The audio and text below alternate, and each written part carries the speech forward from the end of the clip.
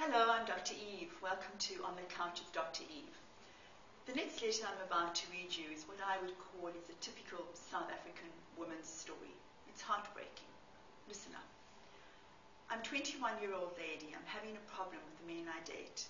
They're either involved or they cheat on me, and that makes my self-esteem very low. I was raped at the age of 8 years old, and my parents were very unsupportive. Earlier this year, I got pregnant with a guy I've been with for almost 5 years, even though he was cheating on me. I stood strong and knew that I loved him. I couldn't love him. I got a miscarriage in March. I need your help. I think I've been cursed, or maybe having bad luck with men and everything I touch. In simple terms, I say I'm living a complicated life that I want you to fix and to regain my self-esteem. It's tragic, it's heartbreaking, and as I said, it's quite a typical story of a South African woman who grows up in an environment of abuse, and this abuse seems to continue.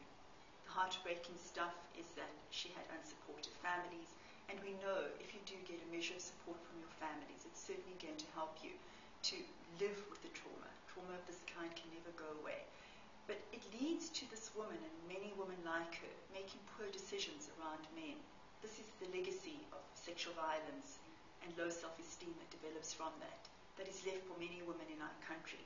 So getting back self-esteem is an essential part, and I'm so pleased that she's smart enough to recognize that that's where the healing has to start for her. Self-esteem enables us to make better choices in terms of partners that we're going to choose. Somehow, research shows us that women, once they've been violated, set themselves up to be repeatedly violated again. Is it the vulnerability they show? Is it because of the poor choices that they make, or the way that they present themselves in the world? Whichever one it is, I really want this woman to go and get some professional counseling and to get some support and to be engaging in self-activities without men in her life right now. Without being sexual with men at age 21, she should be focusing on creating a life for herself where she feels appreciated and she can begin to build self-esteem. Visit me on dreve.co.za.